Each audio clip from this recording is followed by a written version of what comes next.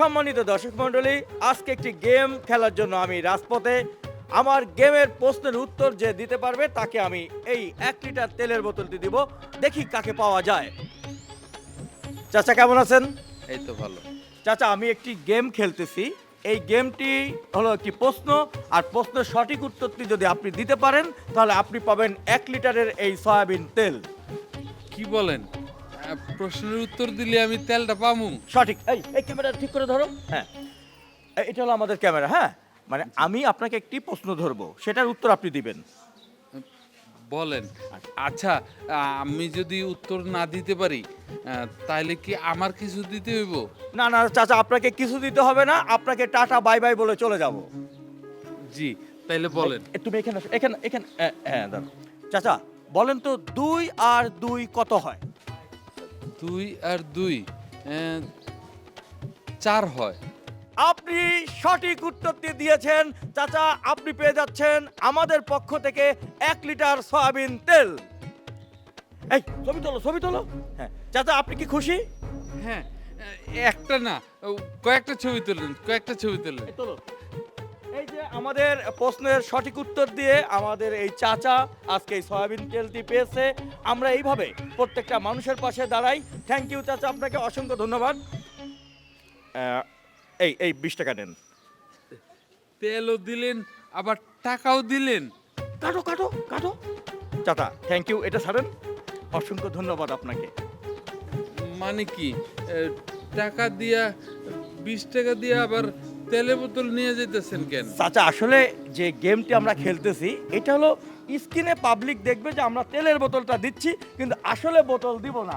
আপনি কষ্ট করে লাইভে ছিলেন, মানে আমাদের ক্যামেরায় ছিলেন, এই জন্য 20 টাকা আপনার দিছি। আপনি এই দিয়ে কিছু খায়েন চাচা।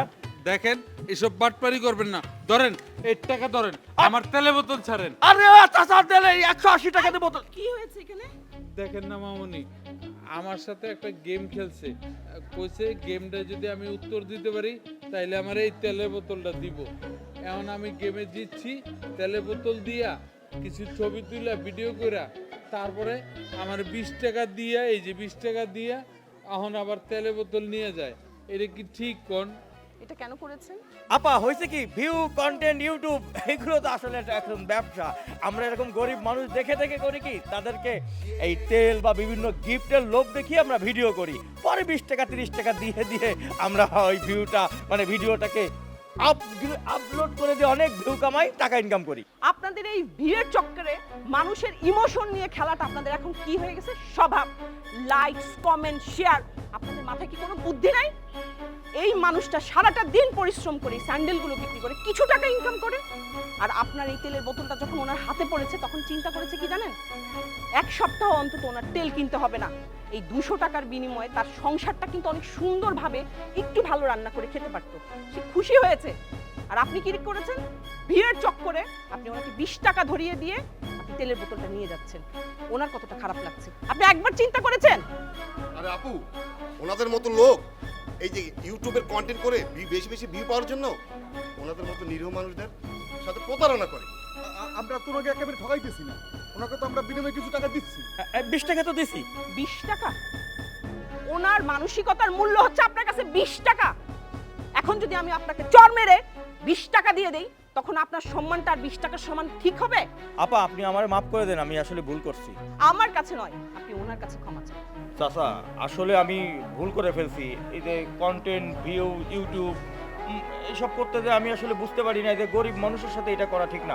চাচা আপনি এই তেলটা রেখে দেন, আর এই 20 টাকাও আপনি রাখেন। আপনি আমারে মাফ করে দেন, আমি আর এই ধরনের কন্টেন্ট বানাবো না। আপনি ওনাকে মাফ করে দেন। ঠিক আছে, মাফ করে দিছি। তবে ভবিষ্যতে এরকমের কাজ করেন না। আমি সারাদিন রাস্তায় স্যান্ডেল বেচা ভাত খাই।